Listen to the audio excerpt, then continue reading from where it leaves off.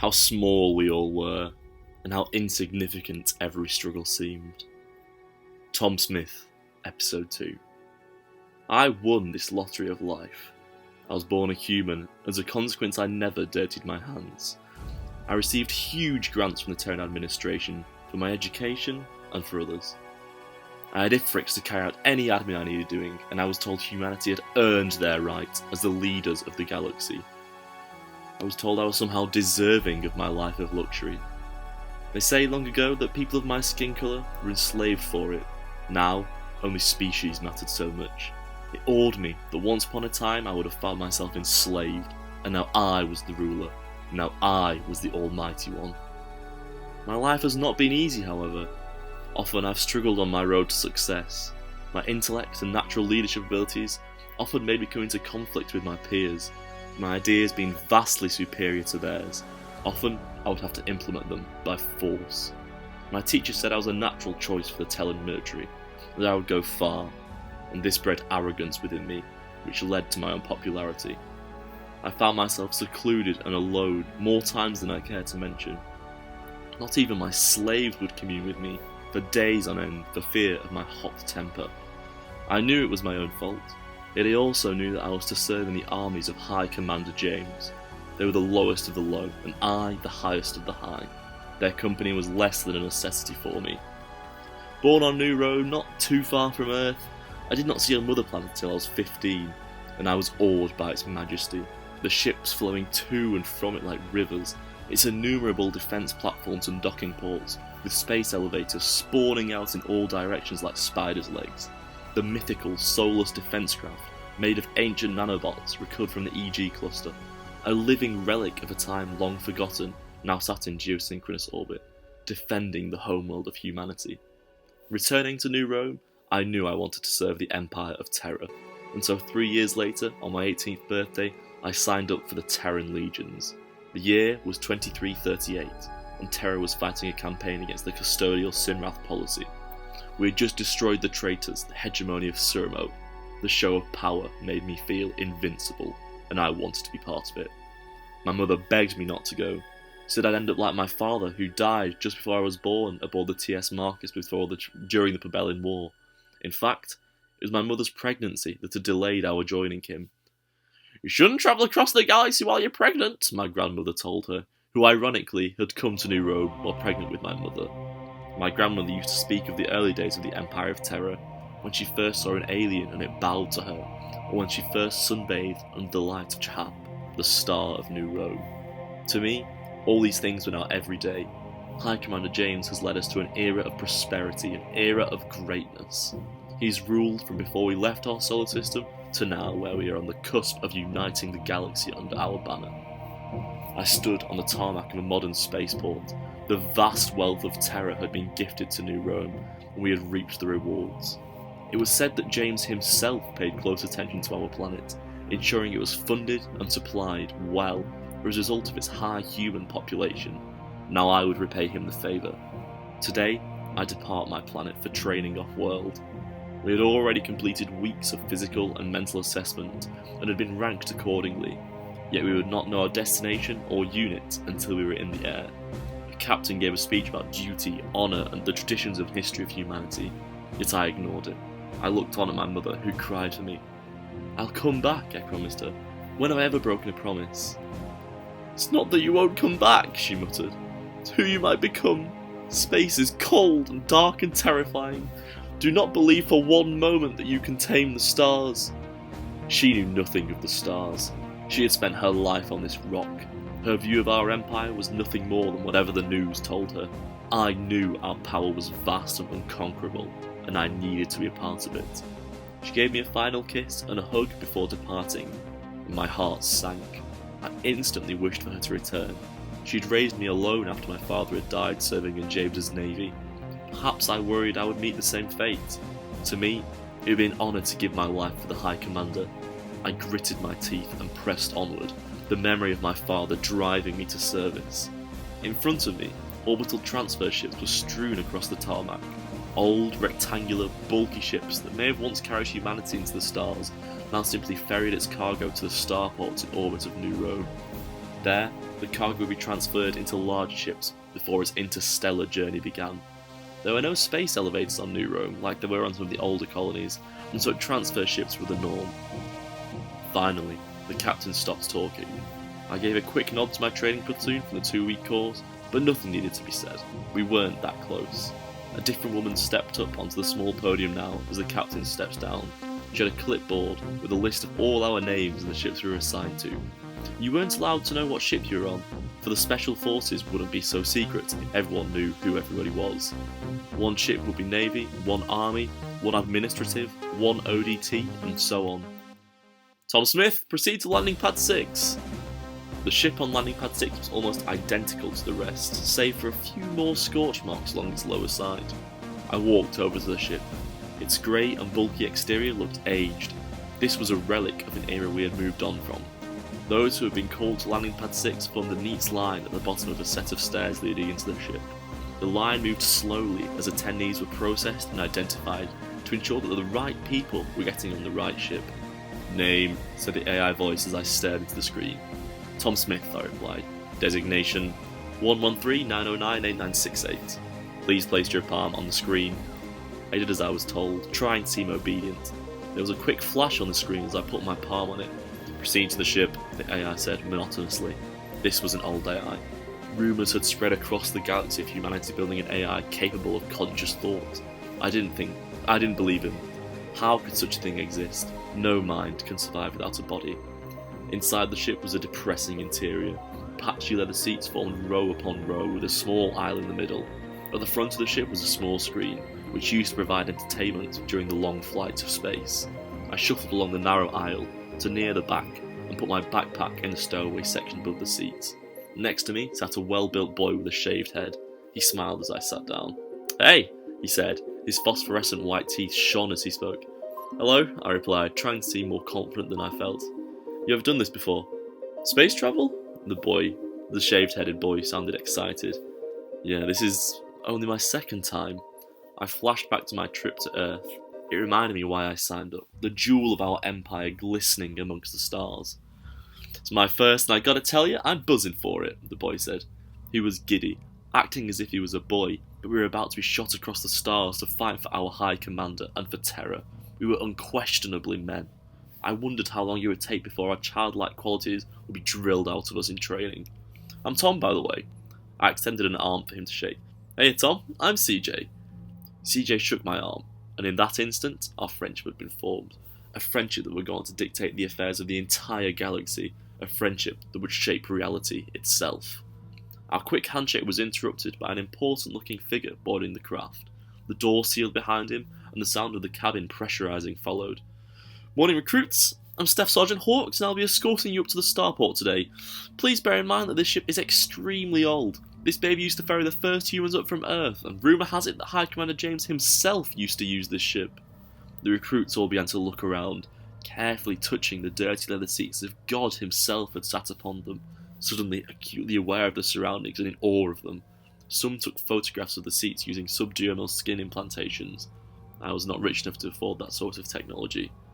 Now sit back and relax and enjoy as much as you can. It's going to be a bumpy one, Hawk said with a grin. His eyes met mine, and he gave me a quick wink. Clearly, he had seen my Stage 1 scores, and clearly, he was impressed. CJ looked a mixture of worried and amazed, glancing around at a ship where the High Commander could once have sat. And to be honest, I was in the same boat. I was breathing the same recycled air as High Commander James. What an honour! And then, the ship rumbled to life. Looking out the window, you could see us lift a few metres off the ground before the prograde thrusters engaged and propelled us forwards. We were shot back into our seats, G-forces sinking me deeper and deeper into the leather. The nose of the ship began to tilt upwards. CJ grabbed my arm. Now fear had overtaken him. This was the fastest he had ever gone, by far. The rattling got louder and louder as the sky got darker outside. The engine screamed just a few metres behind me, and then the nose of the craft began to get licked by small tongues of flame as we passed out of the atmosphere. Suddenly, the noise stopped. Small poofs of RTS permeated through the silence of space. The silence was deafening and provided a stark contrast to the screeching noise a few seconds earlier. A man 3 rows in front of me threw up, and to his amazement, His vomit didn't sink down, but simply floated in front of him, eventually hitting the hair of another lad a couple of rows ahead. The ship was so old it didn't even have artificial gravity. And then the boosters re-engaged, and any vomit that was floating flew backwards into the face of its previous owner. He promptly vomited again. The view outside the window was something else.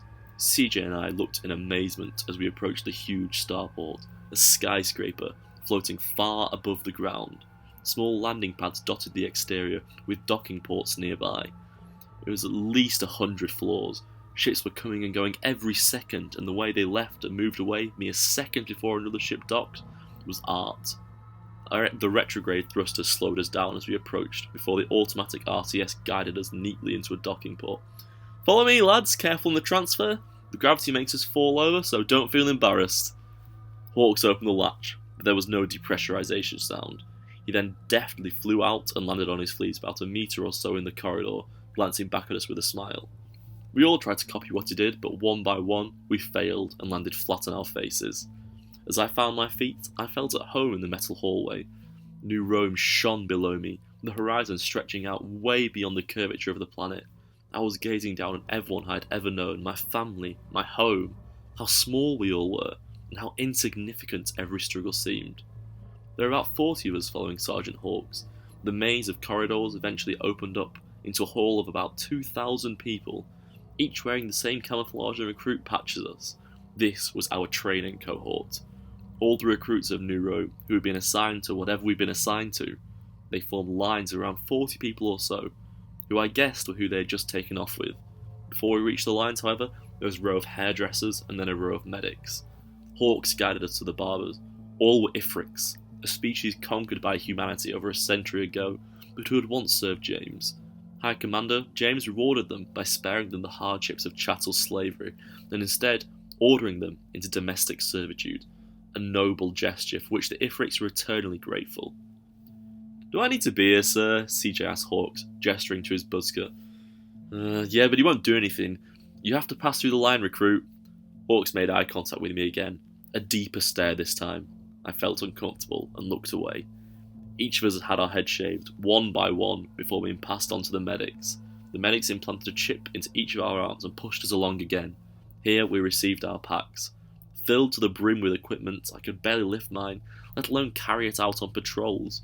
CJ seemed much better prepared than me. He gave me a grin as he easily hoisted his pack onto his back. Then we formed into our lines again.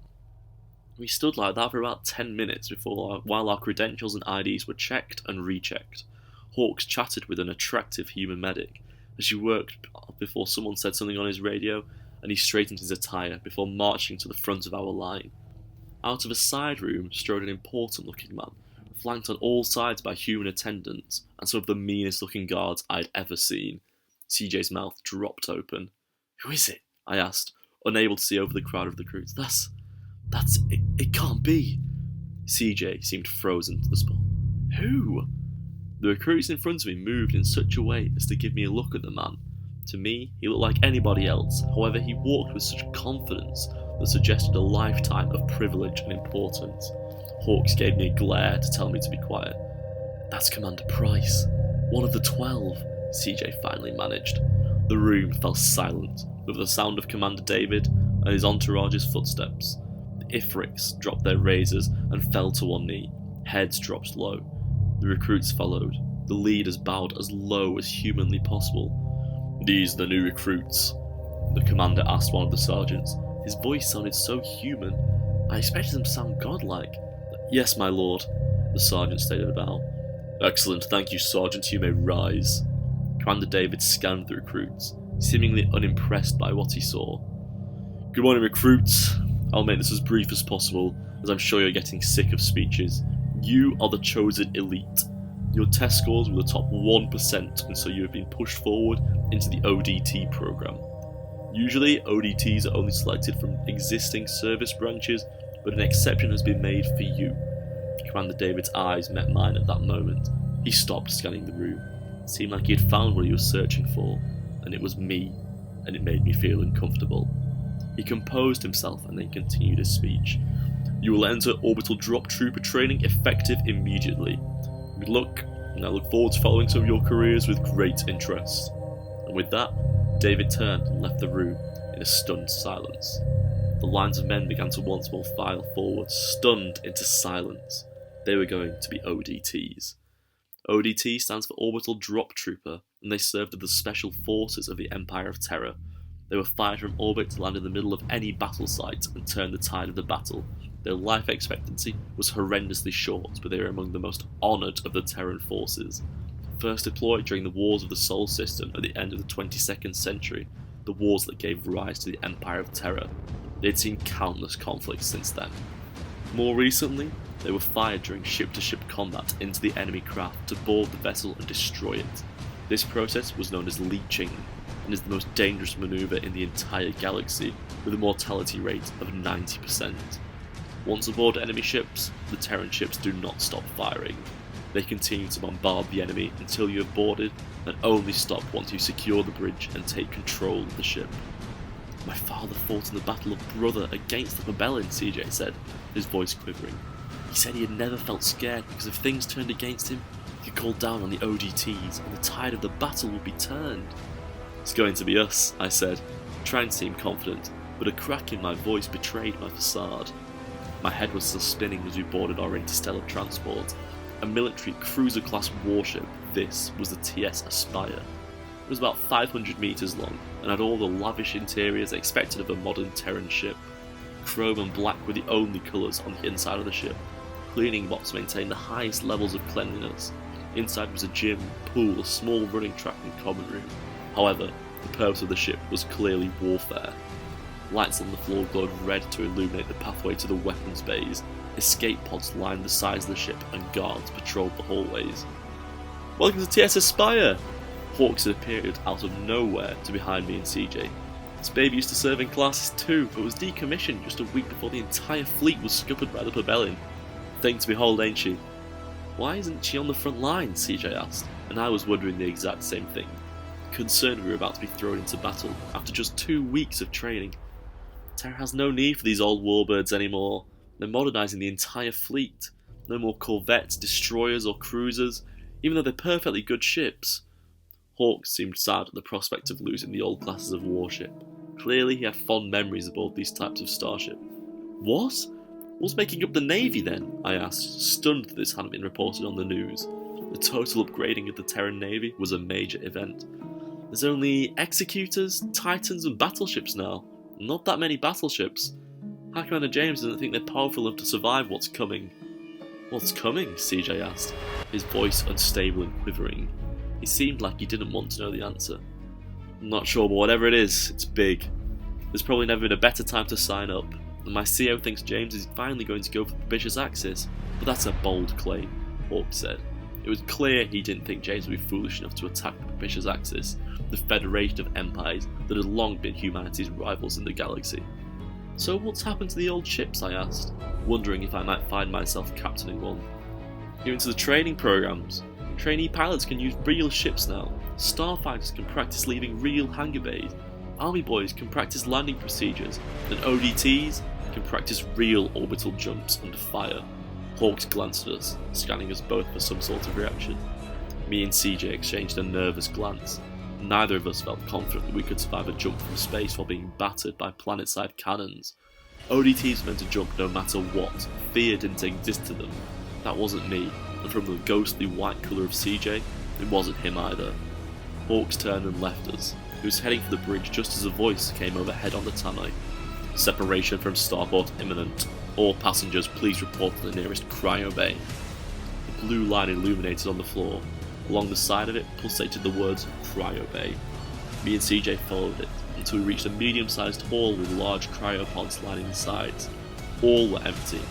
A lone uniformed man stood on a box, so he was above the gathered crowd of recruits. His hair was neatly parted and his uniform pristine. "Alright boys, good morning and welcome to S.C.A.R. Our journey is expected to be 3 months before we reach our destination. We will be using the EG gates on that journey, so if you've ever wanted to see our galaxy in its entirety, listen up. The cryopods are open to you and you are free to use them if you want to skip out on the next 3 months. However, I recommend you use the facilities on this ship to prepare yourself for the next 2 years of training. ODT training is some of the hardest around. You'll want to be in top physical shape before even bothering to attempt day 1, and therefore, I think you should use the time aboard to reach that top physical state. By the time we arrive, you will be ready. Good luck, boys. He stepped down off the box, and none of us moved. Our minds were made up. If we were going to be ODTs, we were going to have to train, and I was going to work harder than I had ever worked before. I was going to be ready.